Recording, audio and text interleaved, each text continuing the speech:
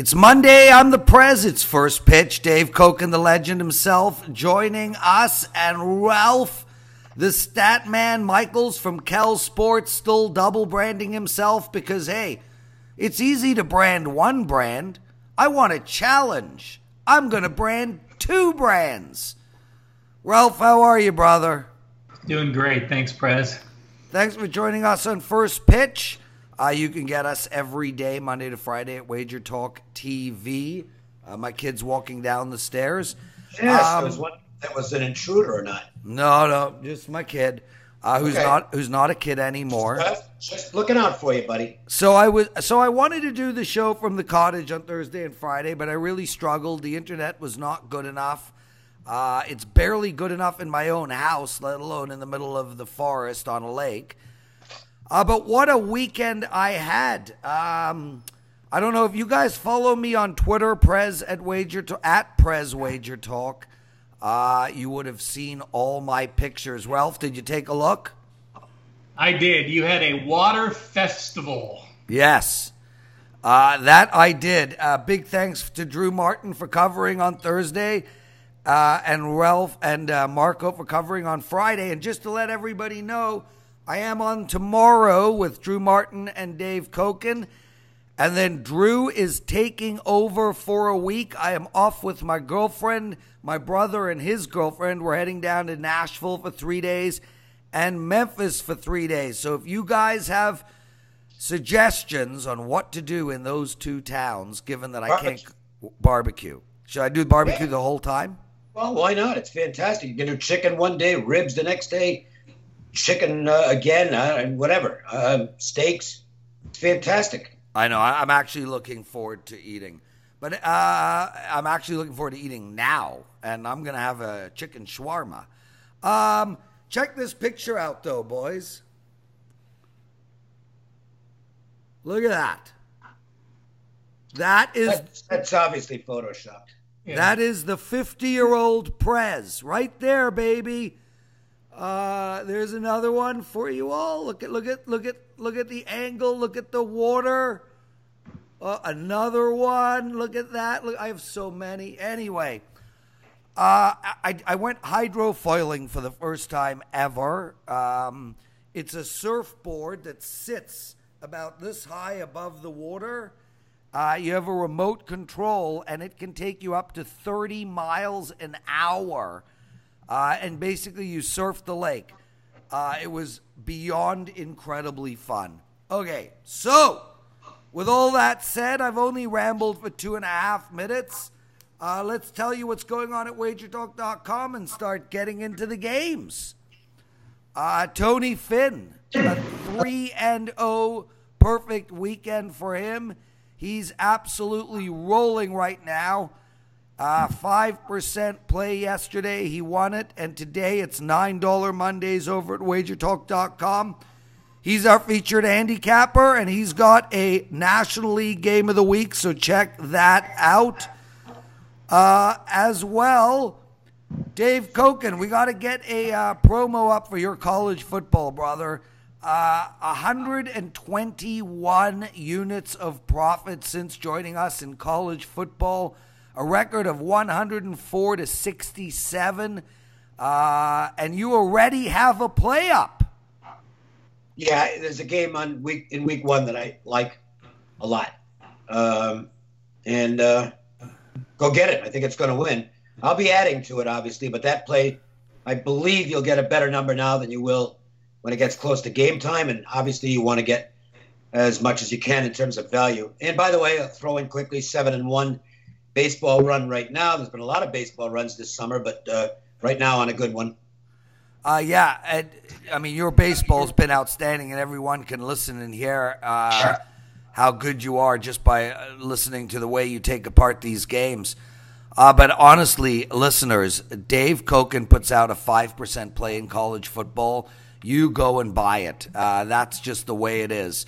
Ralph, what's going on with you, dude? How's your baseball season going? You know, it's been uneven this past week. I'm actually passing today. As you said, it's a light card, but I'm going to switch gears. Preseason football, obvious, starting this Thursday with the Hall of Fame game. my 50-page preseason guide will be available for free at WagerTalk, perhaps Tuesday night, but Wednesday at the latest. So something they want to make sure they pay attention. Oh, I will mention, by the way, I normally don't have anything in week 1 of the preseason. This week I won't have anything for sure. I'm not playing the Hall of Fame game. But I will have, there's a play I like next week a lot in the preseason.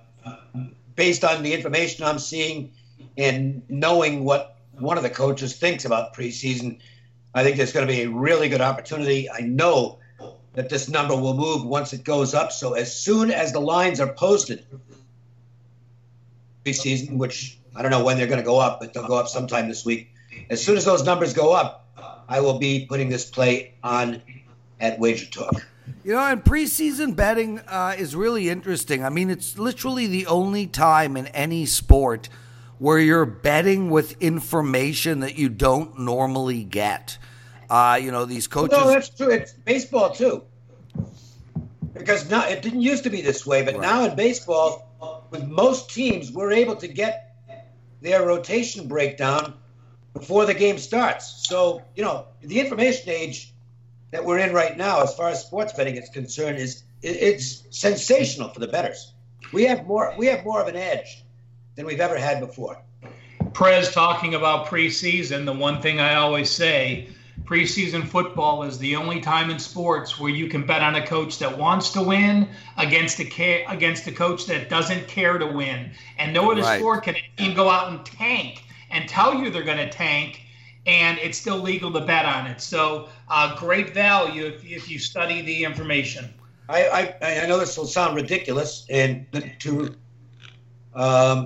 unsophisticated bettors, they might not understand this, but I have always believed that the NFL preseason is actually easier than the regular season. Of course it is. 100%.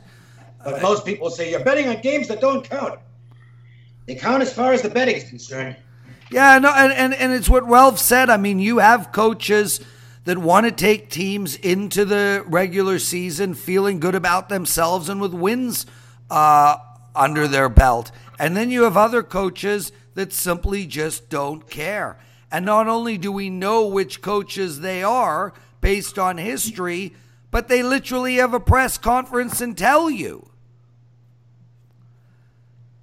Okay. Yeah, looking at the preseason game on Thursday, I will not have a play because, again, you're talking third and fourth stringers. But Atlanta is one of those teams they are playing. They're a 2.5-point dog for a reason. 0-8 straight up the last 2 seasons, and he just doesn't care. His offense was number 30 in the NFL in preseason. He was number 32 in NFL in yards per game difference in preseason action the last 2 years. So the Atlanta team is a team you certainly want to fade preseason time. Well, I'm going to put a little bit of a caveat on that. I don't know what's going to happen, but the last 2 seasons, since the Super Bowl epic fourth quarter collapse against the Patriots, the last 2 seasons, the Falcons have gotten out of the gate, let's just say, not real impressively. So you wonder if there might be a change this year in the approach. I don't know if there will be or not. And I to be honest with you, I haven't really paid much attention to the early press conferences, but this is something I will do in the next day or two. Because I sometimes you need to shake things up when things haven't gone the way they were supposed to. Let me just give you one opposite thing on preseason. We talked about Atlanta 0-8 the last 2 years. John Harbaugh, for the Baltimore Ravens. Yep. He is now 13-0 in preseason the last 3 years. That's unbelievable. He wants to establish a winning culture early, and it seems to work for him, and I don't expect any changes there. Yeah, and all that will be in the free preseason guide at WagerTalk up by Wednesday morning. Guys, make sure to get that. Let's talk baseball, boys. Okay, let's go. Atlanta playing Washington tonight. Atlanta on the road. Washington is minus 149 to 152. The over and under in this game is 9.5. And while Atlanta's gone over the total 3 games in a row, after a 5-pack of unders. And they lost to Philadelphia 9-4 in their last game with a Gausman appearance. Tonight they're playing Washington. A little bit, they've fallen a little bit back to earth. They lost 3 games in their last 4, 2 to the Dodgers and 1 to Colorado. Keuchel versus Corbin on the mound tonight. A nice pitching matchup, to say the least. Yet I still actually look for this game to go over the total. I think we're going to get some hits in this one. Dave, I go to you first. Talk to me. Well, I would lean the other way, simply because the Braves are short-handed right now. Swanson's on the DL. Markakis is on the injured list as well. So you do have 2 regulars out of the lineup. Austin Riley has really hit the skids. In fact, he didn't even start any of the games over the weekend. So Braves offense not quite as electrifying lately, and they're up against a very good pitcher tonight in Corbin, and he is pitching extremely well. Average game score for Corbin in the last 5 starts, exceptional, 68. The average game score. You don't figure the Braves are going to get much there. Keuchel, 4 of his 5 starts, his last 5 starts, have been game scores of 60 or better, and these are 2 guys that can go deep into ball games. Yep. I think runs might be tougher to come by tonight. Not going to be a play for me. So, Dave, just talking about the side here, I mean, you've got Washington sitting 5.5 back on Atlanta for the NL East. They're at home, and they have a injury-riddled Atlanta team. They sweep this series, and we've got a big race in this division. That might be fun. And also we have 2 teams that we'll see what they do with the deadline approaching. And remember that Mike Rizzo has been an aggressive buyer at the trade deadline. So the Nationals we're seeing right now could be before the end of the week. Ralph, any thoughts on this game? Is Washington worth the money? Well, you look at Corbin's home road splits at home. The second lowest ERA in baseball, 1.68 with a 0.88 whip. That compares to a 5.04 road ERA and a 1.47 whip.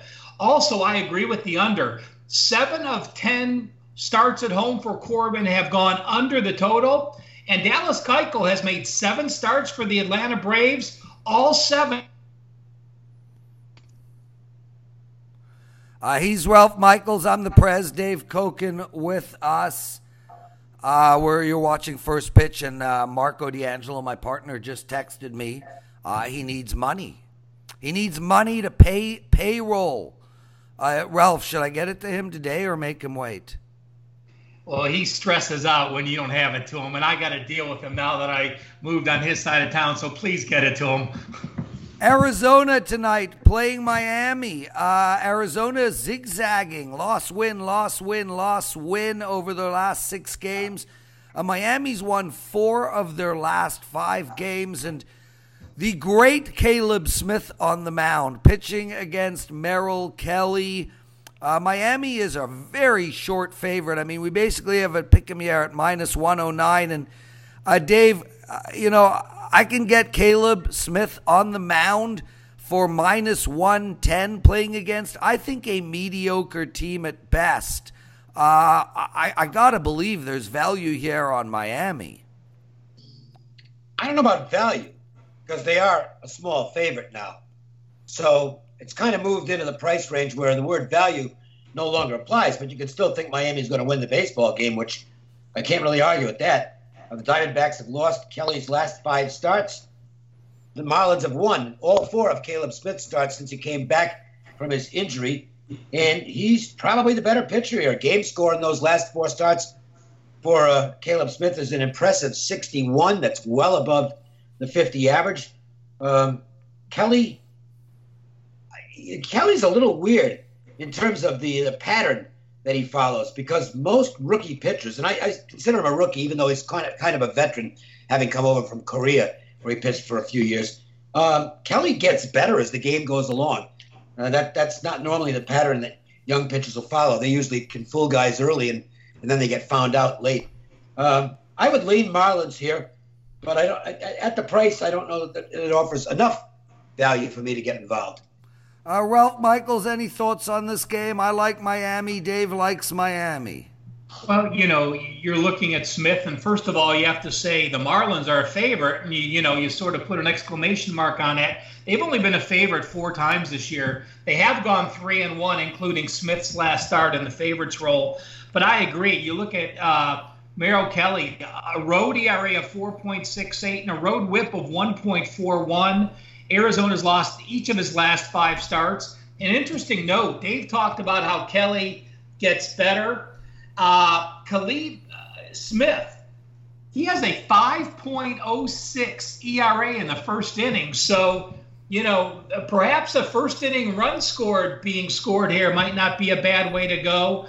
One issue I do want to bring up with the Marlins, over the last 10 days, they're only batting 198. So, again, you have to worry about getting that run support with the Marlins team in a rare favorite role.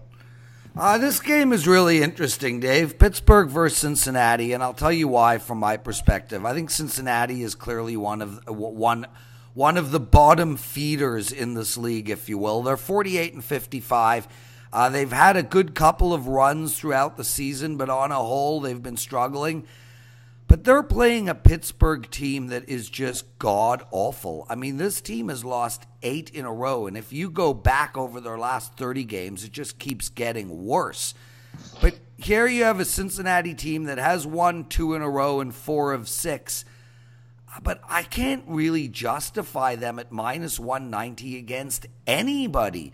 I can't take Pittsburgh. They're really not seeing the ball well, not throwing the ball well, not catching the ball well, pretty much doing nothing well. But I cannot take Cincinnati at that type of price.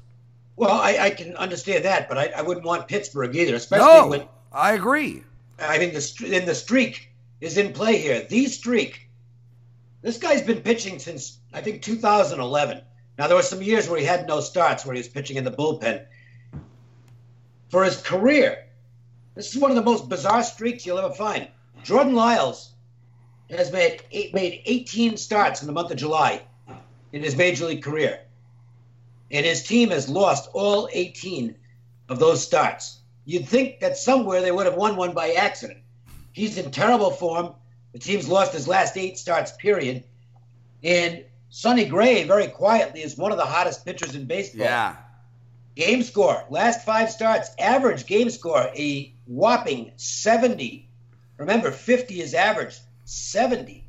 That's a guy in tremendous form right now. And all that said, probably can't make a real good case for a favorite play here, but boy, if you want to take a runs line shot, and I'm not a big runs line guy, especially with home teams, but I mean, the Reds are tempting here. I think they're the only way. I think it's the only way to bet this game, but it worries me. They won against Colorado yesterday, 3-2. They did not cover the run line. I think you're best off just passing in this spot. Probably. I'm just saying for action junkies. Ralph? Honestly, I don't have a play tonight. So I'm giving opinions, but none of them are going to get back with money. Yeah, I mean, it's hard to believe, I tweeted out that 0-18 record. If anyone follows me on Twitter, they can go back and see the game-by-game performance. But Jordan Lyles, it's hard to believe that the Pittsburgh Pirates were 8-1 his first 9 starts. And like Dave said, they've lost each of the last 8 now. And you've talked about Gray. Dave gave you his game grades. Over those last 5 starts, he has a 1.62 ERA and a 42-7 strikeout walk ratio. Yeah, so basically a tough day for betting in baseball is what I'm really hearing. Toronto with Pannone on the mound against Kansas City. Keller. You skipped the Dodgers-Padres.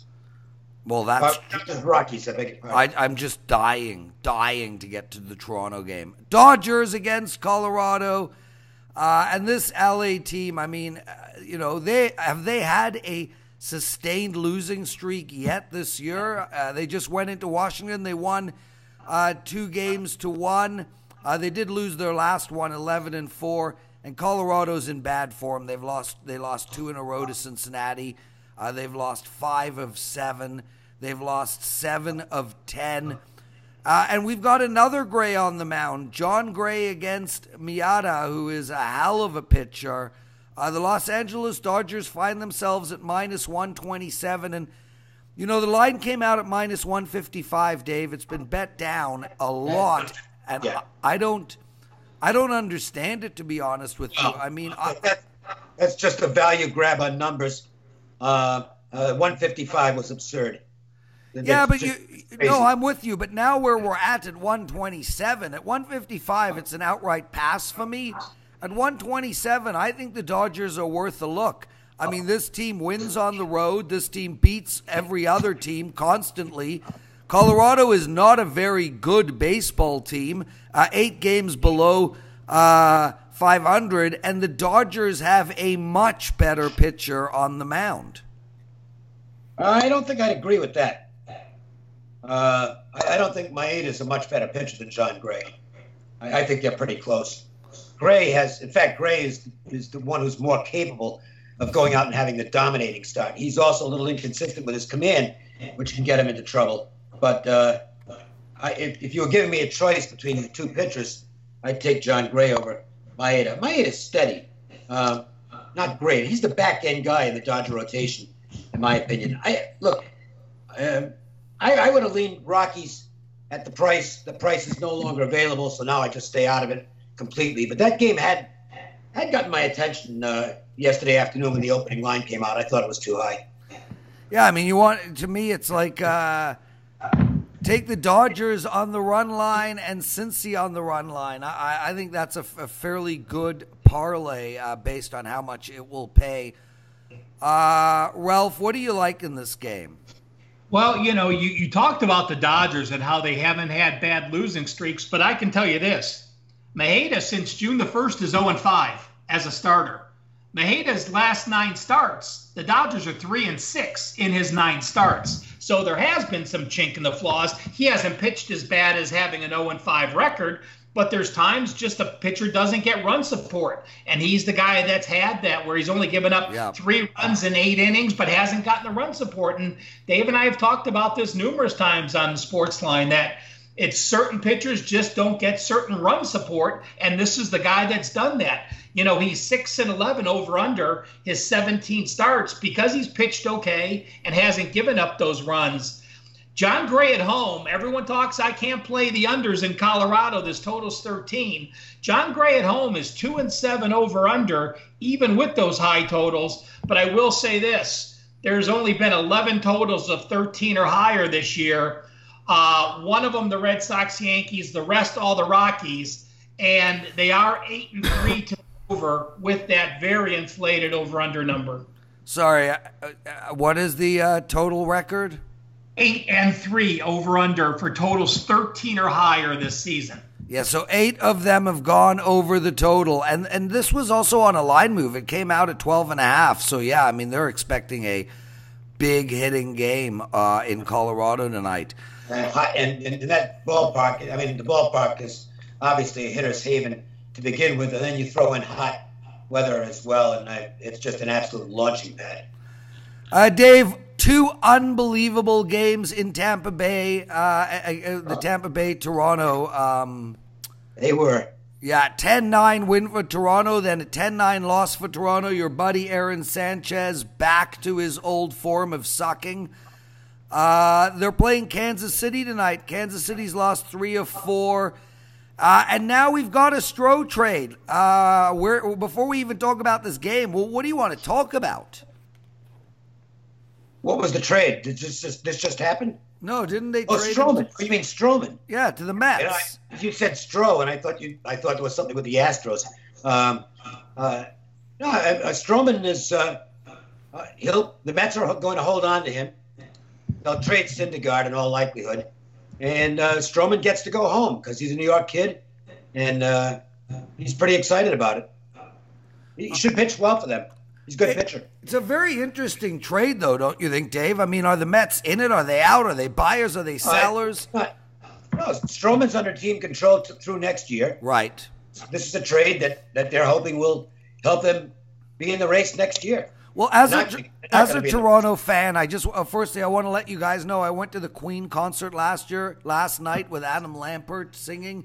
It was absolutely unbelievable. So I really have not been able to read much about the trade. Mets gave up a couple of good pitching prospects, but whether they pan out or not remains to be seen. Stroman would seem to be a very nice fit for their rotation. And, they got a piece at a very manageable price that they will have in their rotation next year. But that does not mean that they're going for anything this year. And I think they will trade Syndergaard before the week's out. And my belief is that he'll end up with San Diego. There you go, Dave Cokin with a prediction. But that's what we do. Kansas City minus 126 against Toronto. And I think a trade like that comes into play here. The team loves Stroman. He's a good guy. He's happy all the time when you're around him. And I think Toronto is going to come out flat today. I think there's value in betting. I think this line should be higher, frankly. I think the money should go on Kansas City. Dave? I'm not going to argue against the Royals here. Brad Keller's pitching good ball. The Royals, who don't win a lot of games, have won 5 in a row when he's on the mound. And I don't know if Keller's ever going to live up to the original billing. I mean, this guy was the 6th overall pick a handful of years ago. And, that's normally something he's supposed to be a 1 or a 2 starter. And I don't think he's quite that level. But, he's got the hard sinker and he gets good soft contact on a regular basis. Pannone has shown nothing as a starter. He's had 3 starts and they were all train wrecks. His average game score in those starts was 30, which is really pathetic. I mean, just no good numbers at all. So it looks like an advantage on the mound for the Royals. And I can't speak to any emotions the Blue Jays might have, but I do know they were in 2 insane games the last couple of days, and you wonder if they might be a little drained physically hitting the road to go play in an uncomfortable stadium in Kansas City. It's going to be blazing hot there. Ralph Michaels, talk to us. By no means am I sticking up for Pannone and his 14.46 ERA. But he had 1 start against the Indians on the road in April, had 1 start against the Rangers in May, had 1 start against the Red Sox in July. And in that July start, which he just started 11 days ago, his flight got canceled. He had to drive all night from AAA to get to Toronto and make this start. Again, I'm not making excuses. But That's a good one, though. But with the Stroman trade, they told him he is now the 5th starter. He is now getting called up. He is officially part of this team. So there isn't that back and forth pressure. So we'll see how he adjusts to that moving forward if he's any better. But does KC deserve to be the favorite? Absolutely. Keller with a 1.13 home whip. And again, you're looking at the Royals just like you have Miami. The Royals are a favorite. Well, they're 8-4 as a favorite this year, and they are 15-5 their last 20 games as a home favorite. So the Royals do know how to win when put in that position. He's Ralph Michaels. I'm the Prez. Lawrence Presman, co-founder of WagerTalk. Dave Cokin, like always, with us. Tomorrow, Drew Martin with us, and then I'm off to Nashville and Memphis for 6-7 days. Guys, there's no line on the Baltimore-San Diego game, so our last game of the day, Detroit on the road, Zimmerman on the mound playing the LA Angels. The Angels are a massive favorite. They came out at 235. It's holding pretty steady at 235. The over and under is 10.5. 83% of the tickets have been written on LA so far today. Detroit, well, they're the Pittsburgh Pirates of the AL right now. Just as bad that's an as insult to the Pirates. What? I mean, the Pirates are bad, but that's still an insult to the Pirates. Okay. This team stinks beyond belief. Yeah, they've lost 6 in a row. They've won 1 game in their last 10, and it gets worse if you move backwards. I hate taking -2 and change. It's just too high for me. But, I mean, Zimmerman is a disaster. Oh, boy. 0-8 on the season, a 7.5 ERA, which is absurd. Even worse in his last 3 games. Berea has pitched badly on the season. but well in his last 3 games. I don't want to lay -2 and change, but my God, there is almost no chance the Tigers win this game. Well, look, a couple of things on Berea. Since he got rid of this this 2-seamer that he was throwing, which was a bad pitch, just was a bad pitch, he's done better. And he's been particularly good first time through the order. There is nothing you can say positive about the Tigers, and even less about Zimmerman, if there's such a thing as less than nothing.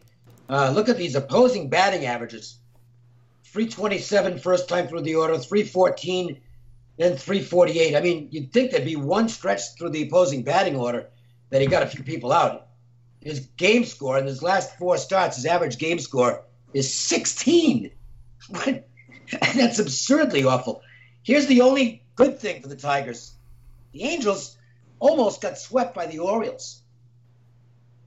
That's not very good, but the Angels should win this baseball game. And I can't talk anybody off laying the price, to be honest. He's Dave Cokin. Ralph Michaels, take us home.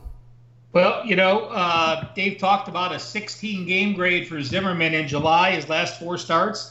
His ERA is almost the same, a 14.09 ERA in his last 4 starts in July. And you said Berea hadn't pitched well. He's only made 4 starts. He has a 1.1 whip, and that's after giving up 4 runs in 5 innings in April. His 3 starts since he came back in the rotation of June have been very good.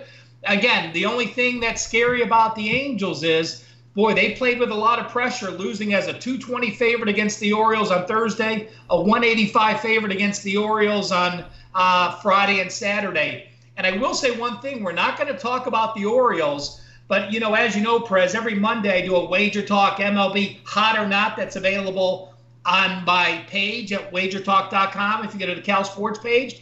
The number 1 team in baseball over the last 10 days in profit, the Baltimore Orioles, plus 6.7 units, having gone 6-4 those last 10 games. And they broke a record in the process. The Orioles, and it would figure it's this kind of a record in this year of the juiced ball, but they became the first major league team in history to have 10 consecutive multi-home run games. It ended yesterday. They didn't get any homers yesterday, but they had 10 straight games where they hit 2 or more homers.